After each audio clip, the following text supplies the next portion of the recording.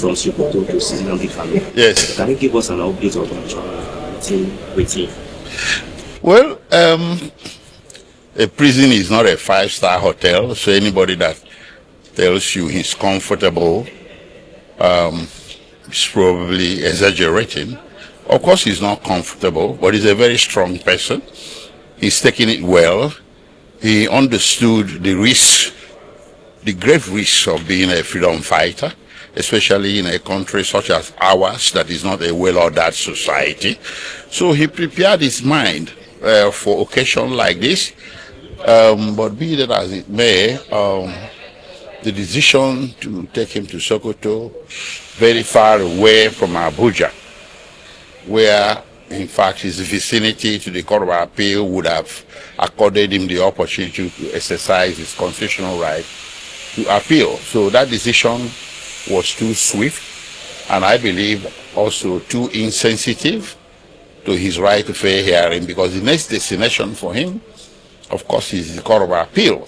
And it is of the record and well known to the whole world, and to the court in particular, and to the correctional authorities and the federal government, that Mazi Nnamdi Kanu, as of now, does not have any council of record. So taking him to Sokoto that way the very next day, with the full realization that his appeal was oncoming and was going to happen, smacks of insensitivity, and is a little bit suspicious as well. But I'm going to stop at that, and well, I hope things will improve as the days come by. Filing what? Oh, my own detention? Oh, that one is a traumatic experience of its own.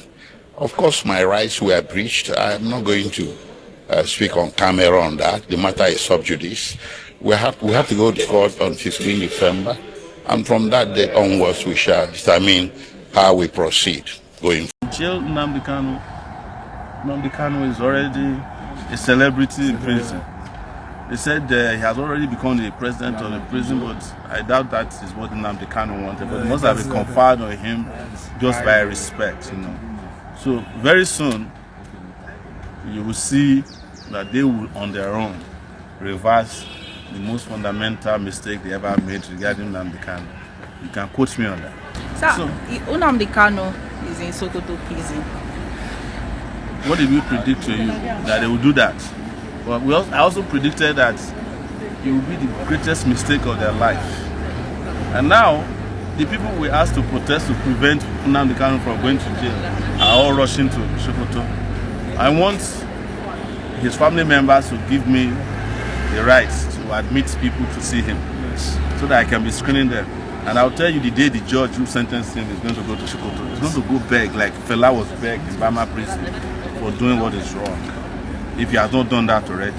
But if he wants to go, tell him to contact me. I will arrange a safe passage to Sokoto. This was the worst thing they could have done to them. When they were taking him to Sokoto, they thought they would ridicule him. When they got to Sokoto, he has turned Sokoto to another Mecca. Yes, pilgrimage. That's what we predicted. You know, they don't have sense because they don't have people who can reason in government. And now, look at where we are. You jail Nnamdi Kanu. Nnamdi Kanu is already a celebrity in prison. Hello, ladies and gentlemen. Welcome back to the channel. If you're joining us for the first time, I appreciate you being here. Please take a second to hit that subscribe button, tap the notification bell, and give this video a massive thumbs up. It really helps us grow this platform. Now, today's discussion is both sensitive and deeply layered. We are diving into a controversy surrounding the newly searched photos of Nnamdi Kanu, the leader of IPOB, and the reaction from his legal counsel, Aloy Ejimakor, who has categorically dismissed these images as deepfake AI fabrications. Let's talk about what happened, what's real, what's political, and what this means for Nigerians' digital future. So here's the core. In recent days, social media has been flooded with images allegedly showing Nnamdi Kanu inside a prison environment, wearing a prison uniform, sweeping floors, washing toilets, basically portraying him as fully immersed in harsh prison labor. But according to his lawyer, Aloy Ejimakor, these photos are not just misleading, they are entirely fake. Specifically, he says they are deepfakes, artificially generated images created to manipulate public perception. He said, and I quote, "The photos are deepfake AI and it's self-evident." He declined to discuss Kanu's welfare directly, but later posted on X saying he had just left a meeting with him in Sokoto Prison and that the IPOB leader is enduring this moment with resilience, likening him to Nelson Mandela during Robben Island. Whether you agree or disagree with the comparison, it shows how Ejimakor wants the public to view Kanu not as a broken man, but as someone unshaken. Before we go deeper, if you are getting value already, please like, share, and subscribe. It keeps this platform alive.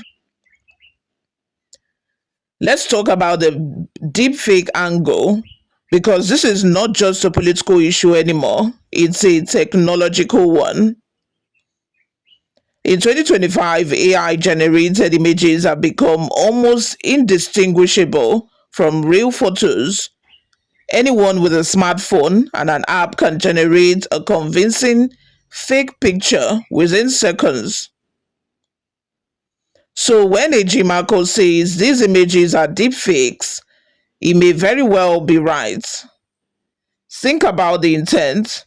Who benefits from showing Kanu sweeping prison floors? Who gains from images designed to humiliate him publicly? Is it political actors, opponents, mischievous social media users, or simply people who want to drive engagement? We don't know for sure, but what we do know is that misinformation spreads faster than verified truth. Kanu was moved from DSS custody to the Nigerian Correctional Center in Sokoto after the Federal High Court sentenced him to life imprisonment on terrorism charges. For supporters, he is a political prisoner. For critics, he is a threat to national security. But regardless of where you stand, there is one fact that cannot be disputed. Its transfer to Sokoto Prison has created a new wave of tension. And with tension comes misinformation. If you're still watching, you're exactly the kind of person we love having on this channel. Hit the subscribe button, like this video and share with your friends and family. Let's keep the discussion going. One part of a statement that caught public attention was Ejimakor's description of Kanu's resilience. Like Nelson Mandela endured Robben Island and triumphed, MNK is enduring Sokoto with resilience and strength. That's a very deliberate comparison. Mandela's imprisonment became a symbol, a powerful global narrative of resistance. So what is Ejimakor trying to create? A narrative of perseverance, a plea for empathy, a political positioning of Kanu as an unbroken figure. In Nigerian politics, symbolism matters, messaging matters, optics matters. In a politically divided nation, images can be weaponized, whether they are real or fake. People will choose the version that fits their ideology. You know how social media works. Some will say the photos are fake, others will swear they are real. And in the middle, millions of Nigerians who simply do not know what to believe. This is why deepfakes are dangerous, not because they fool everyone, but because they create doubt. When people no longer know what to trust, that is when misinformation wins. A quick reminder, if you enjoy objective, balanced analysis like this, hit the subscribe button right now. It keeps independent commentary alive. So what does all of these mean for Nigeria? It means political battles are now digital. It means AI will play a bigger role in public perception. It means AI will play a bigger role come 2027 campaign election. It also means court cases and public narratives will increasingly be influenced by online content, real or fake.